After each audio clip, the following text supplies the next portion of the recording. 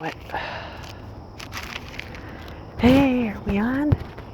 Hey everybody, it's like a little closet here, Zazoo Plazz, with my green glasses, out in the woods, August 7th, 2023. Actually, it's the August 6th report, but it's actually August 7th around, I don't know, it's probably around 6:30, 7 o'clock by now. How's that, better? I'm by my little pond over here. This is my beach for the day. See, it's like a little pond behind my house where the herons and the geese hang out. So I'll just let you enjoy this little piece of paradise in the green water. Oh, yes. So Zazoo Plazz report for the week. It's weird. It's weird. Nobody was up in my house. It's actually Monday morning, but it's my Sunday because I decided to play with the time warp thing, you know, like Rocky Horror. And oh, maybe I'll put that song. That was a good song. Yeah, you know, there's not a lot of like big energy. Everything is like freaking retrograde, and Venus is retrograde, and I'm Venus rising. So, you know, maybe that's it. It's the sun in Leo, and I don't know where the moon is. The moon was in, I don't know. I don't track it obsessively, but I think Mars is direct, and let's see, Jupiter, Uranus still in Taurus, I think, and we've got Neptune in Pisces, and Saturn retrograde in Pisces, I think, and I'm Saturn in Pisces. A lot of us GenXers born in the to late 60s, I'd say till about 70. We all have, you know, early 70s. I think it went into Aries, but yeah, we all have Saturn in Pisces. So you know that's like I'm just going to start off with a little astrology here because you know I listen to Rick Levine. He's one of the top astrologers. He does a monthly free YouTube thing, so check him out. And he also does, like, once a month, he has this coffee shop in Seattle that he goes to. And he was talking about, you know, which makes me really happy. He was talking about those of us born in the mid-60s who have that aspect in our charts. So it's like built in. Instead of just, you know, like the baby boomers, they just passed over it. They passed through it. It's kind of like, you know, like you see a pileup on the highway, right? And there was a huge, you know, like mudslide or something, and stuff, you know, hit those cars passing through. And then on the other side of the highway, there's these other people who are like craning their necks to see what the heck is going on, but then they keep going. Those are the boomers. And when they say that they remember the 60s, they remember it as being born in the 50s and passing through the 60s. You know, when you pass through an energy, it's different than when you are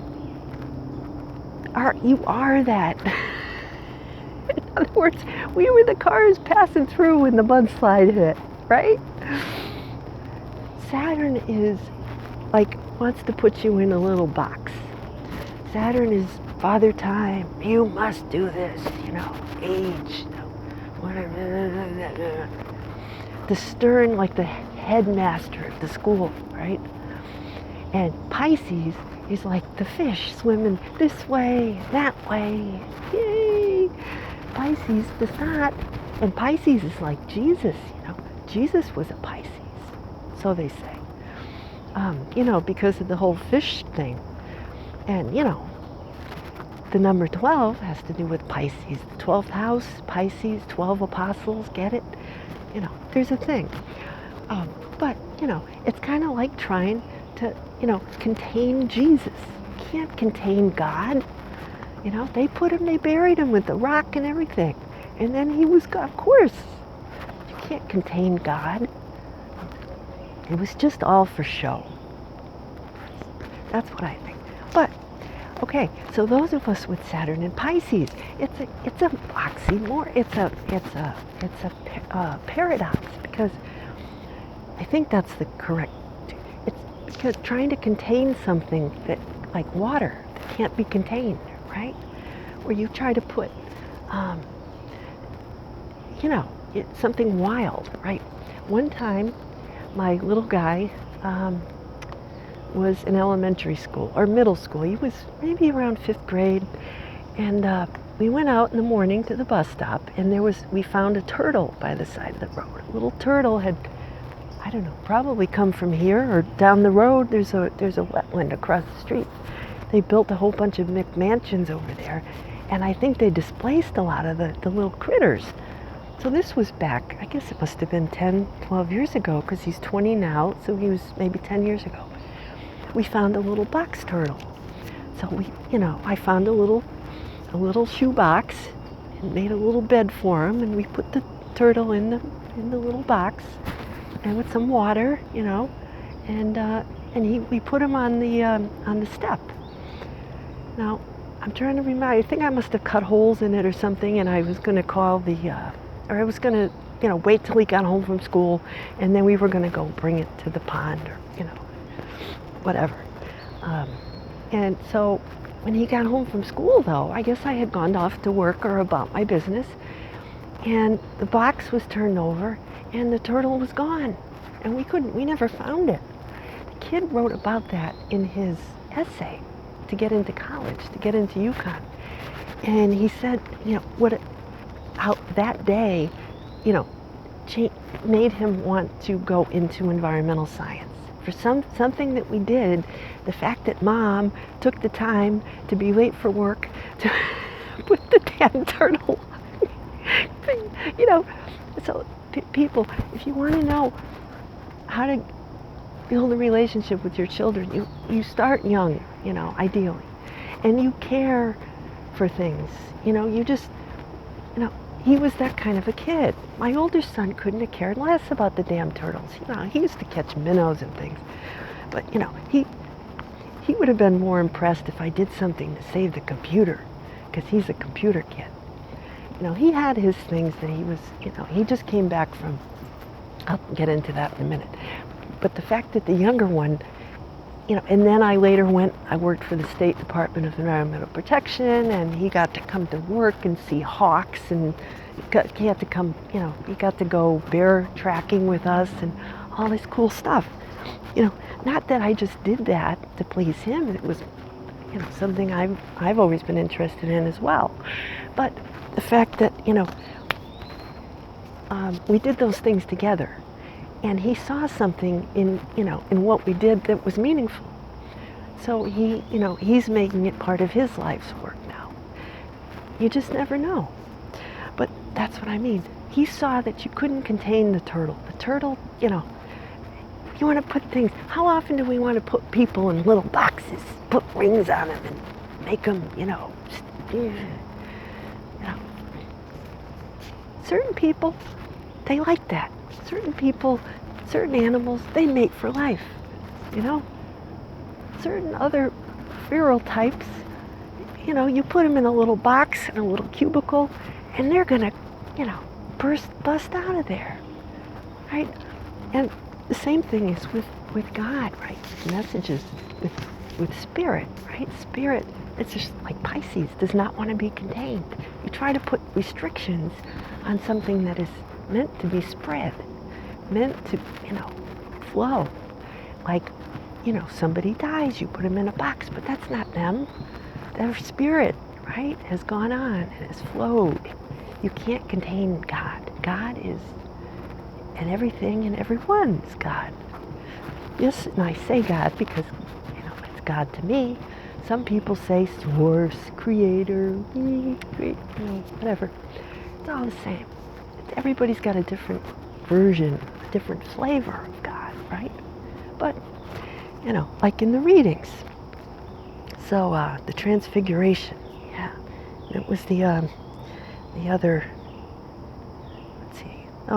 second reading from Peter. This is yesterday, Sunday's readings, but it's good for the whole week. Peter, second book of Peter. says, we didn't, I'm paraphrasing here. We were with Jesus. We saw this stuff happen, right? These aren't myths. He said, for us, this wasn't made up stuff. We were there. It's like Gen X. We're we were there in the 70s, and the 80s, and the 90s. We lived. We sat in cars while our parents, lines at the gas station to get gas. We were there in the backyard, in the back seat. We saw that. We endured that. We have it in us. So, it's kind of like, Jesus says, the whole thing where James and John, it was James, John, and Peter, the apostles, went with Jesus. He went up the mountain and they saw him all turn white, and his hair was white. He's glowing up there, and one of them, it's like a dream, right? It's like Neptune. It's like, ooh, dreams, Neptune rules, TV, movies, fantasies, dreams. It's like, you go up, you've got a dream, or something's happening and it's real, and you want to make it, you want to build a tent, you want to bring it down to earth and save it, keep it, and put it in a little box. How often, do I try to remember a dream that was just so real, just 2 minutes ago, and it's gone. But, sometimes you get little bits and pieces of it. Same thing with like childhood memories, Like I remember this week, I was on the Gen X page, and I don't know, I was talking about something silly, like playing Monopoly. And I'm like, oh. And all of a sudden, I remember that on my fifth or sixth birthday, it was like 1970, 71, I think, sixth birthday, my parents got me Monopoly, which was cool. And being an only child, I had people I had friends at the party to play with, right? And we're just sitting down to get into Monopoly, and my friend Diane, I don't know whether she had a bug or something, she threw up. She just barely made it to the bathroom. And that just ruined my party. I mean, I felt bad for her, but the thing was, I was just sitting down to play Monopoly. So now, whenever I play Monopoly, I smelled throw up. So, it's like one of those things. I'm a smell person. And for some reason, even though she didn't throw up on the Monopoly board, it's like when you're pregnant, any women who's pregnant, and I can't have like pineapple and cottage cheese anymore, because I had that one time when I was, having morning sickness, and I, threw it up. So it's kind of one of those things.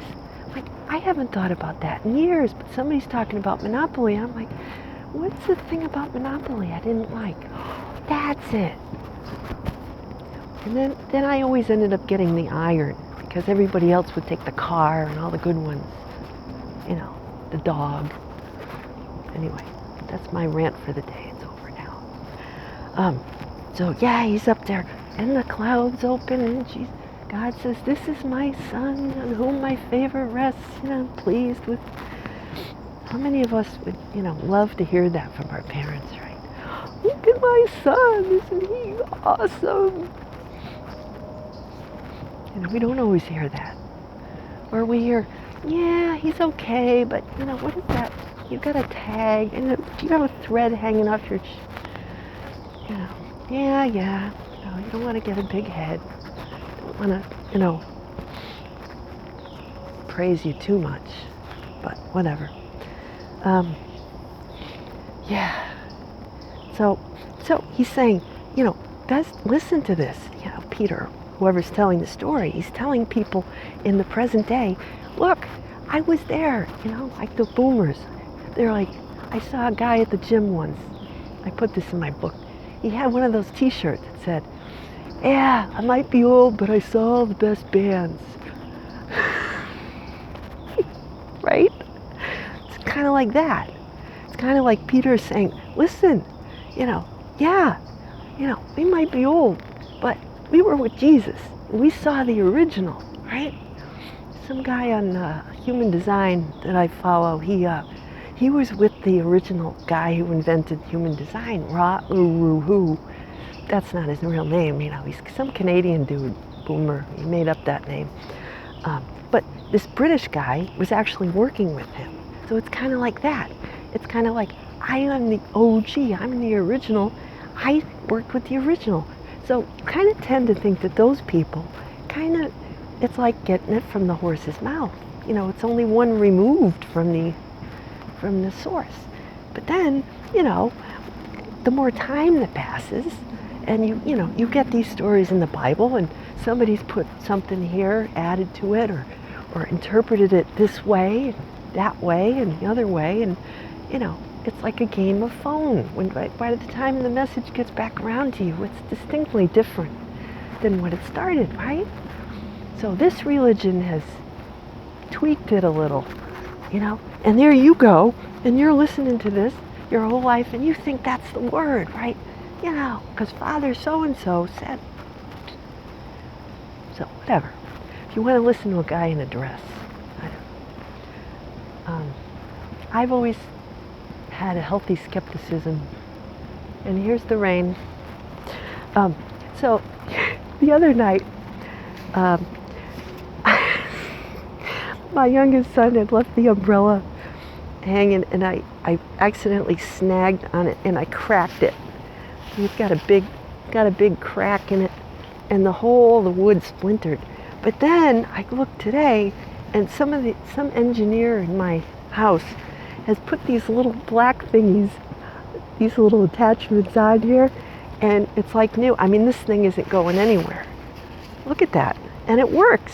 And I was going to throw this thing out, but look, it works.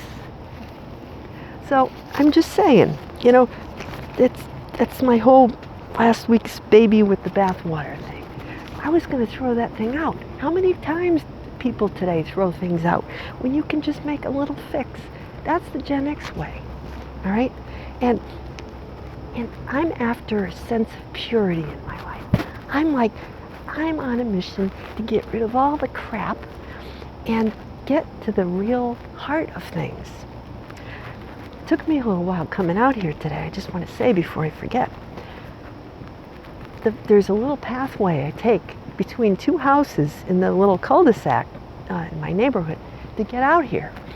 And I had to end up taking a detour and going through my backyard through the common area because my neighbor, who lives in the house on the right of the little path, I don't even know. I thought his name was John. Turns out his name was Bill. I never spoke to him in the 27 years I've lived here, 26 years. He just died. And I guess I don't want to spread rumors here, I don't know, but I heard that there were guys in hazmat suits going in there. All the windows are open, and there's like a big, thing on the door. It's like a big tape and all kinds of hazmat materials. And I guess he was there for a while, and nobody knew he was there. I don't know the story. I'll have to find out. I searched the obituaries, but I couldn't find anything, and it was very sad. The guy was, maybe in his 60s, I don't know. Definitely older than us. But he would come and go. He had these sports cars. He had a regular car he'd go to work in, and then he had like these, like a Mustang or some kind of thing. It was like, but other than that, I never saw him. His grass used to be really long. And I'd kind of swear under my breath because he never cut his grass, but I never actually spoke to the guy. He just kind of came and went. He had sort of like curly hair and glasses. He seemed like a regular guy, but isn't that sad that, somebody dies and they don't even know, Anyway, that's sad. So that happened. My son, meanwhile, my oldest son came back. He went to Vancouver in British Columbia for a week. Well, for a few days, and then he came back and went to Nashville with his buddies because one of his friends from Nashville. So They got to the airport in Vancouver with an hour to spare before takeout. This is my Gen Z son. He's 22, almost 23. And he said that they didn't have time to check the bag. Now, he took one of our brand new suitcases that I had just given my husband a couple of years ago. Takes this thing. He had to leave the damn suitcase at the airport and fit all his stuff into like carry-ons because he didn't have time to go check the bag and come back. So I'm like, okay, are you gonna have it sent? No, he just left it there. And then he bought some stuff like screwdrivers or something that they went to a conference. These three guys, they started an app, a company when they were in college at University of New Haven for parking, like to help kids find parking spaces, students find spaces to park.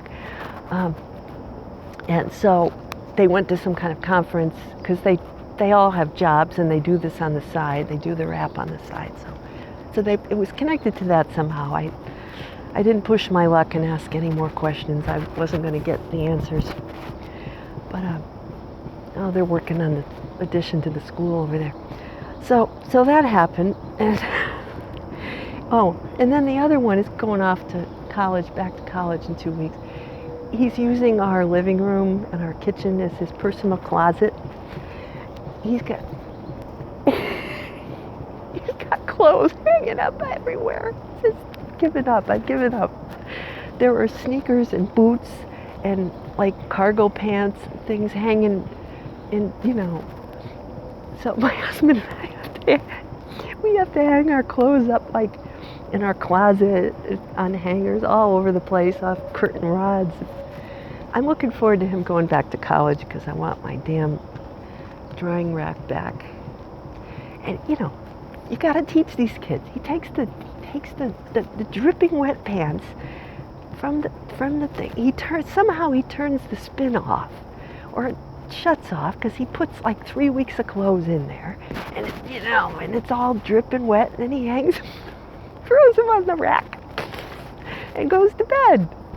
Like, this is not acceptable. But anyway, that's my rant.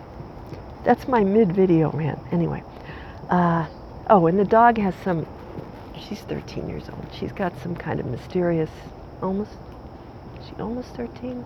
No, she's 13.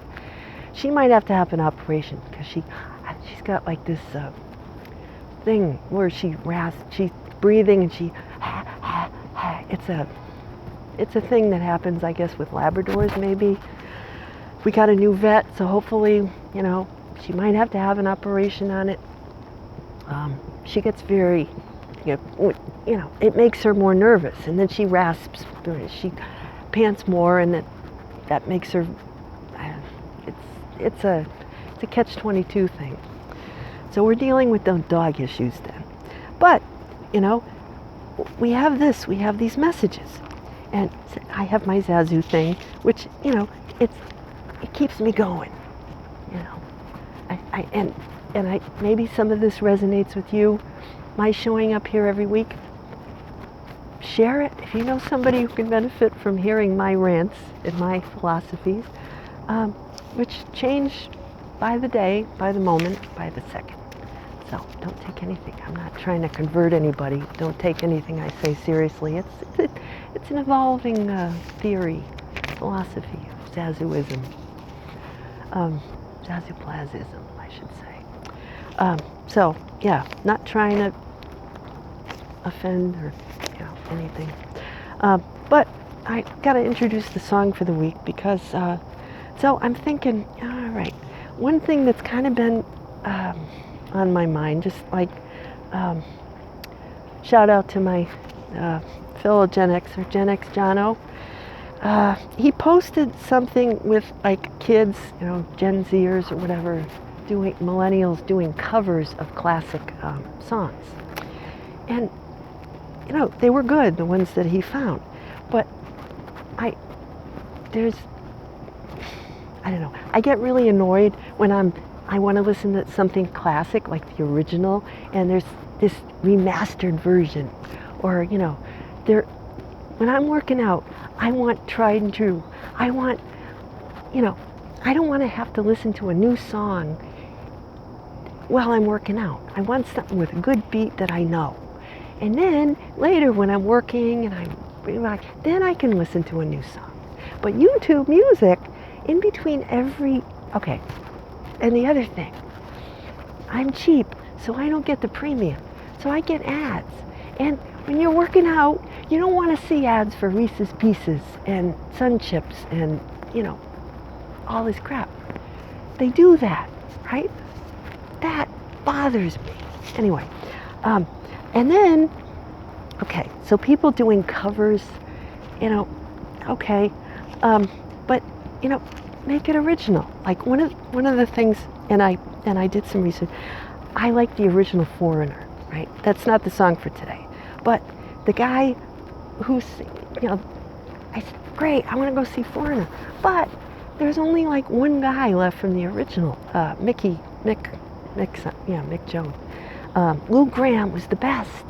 And they got this guy who's, you know, doing his best. But Lou Gramm said, yeah, but, you know, don't try to be me. He says about this new guy, the lead singer for the new Foreigner. And he's like, don't, yeah, you know, it's flattering, you're mimicking me, but be you, you know, his voice is, you know, his voice is not the same. He's just mimicking, right? So if it's a cover and they're just mimicking, it's cringy. It's just, no, all right? So that's I think what Jesus was saying. The transfiguration, he tells them, they come down from the mountain, right? The apostle, he says, don't tell anybody about this until I'm gone, right?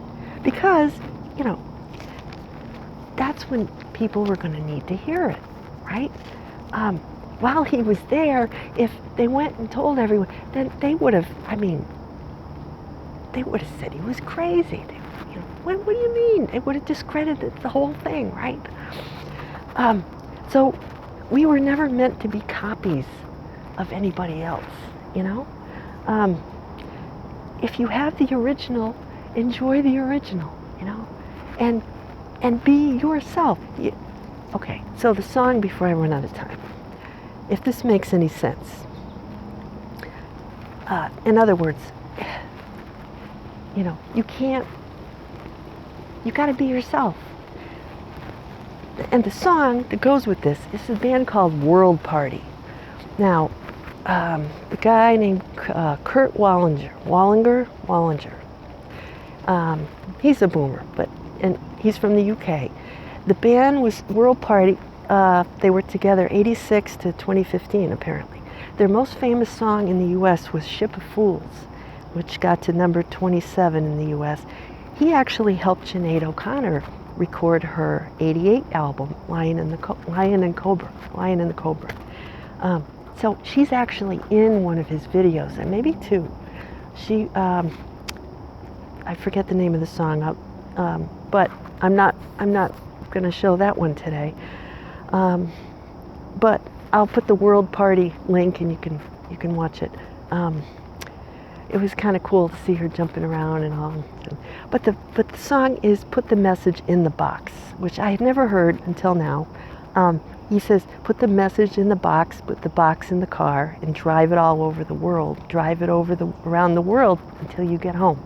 So, 1990, it was on the Goodbye Jumbo album, and there's like an elephant in the video. It's really cool, and you have to listen to it over and over to kind of get the, you know. But it kind of goes with the whole readings for today, you know. In other words, put the message in the box. It's just the message, you know, our individual light, right? As it expresses through us, spread it, you know. Your box, the message, and this is our box. In other words, don't share somebody else's message, your message, and spread it around, you know, until you go home, until your spirit goes home and goes, you know, along. Ship of Fools is a really good song. But this kind of goes along with Leo season, you know, is shining your light brightly, you know. putting it up there, getting on your soapbox and, right, spread your message. Drive it around the world. Have a party. Have a little party. I don't know, just what I'm into at the moment. But yeah, cover stuff. Stick to the original, and make your own song. Write your own music. Tell your own story. Don't tell somebody else's story. That's what I'm doing. So, till next week. Going home. I've got some minestrone I made this week. So until next week, Zazoo Plazz in the rain, signing out. Take care.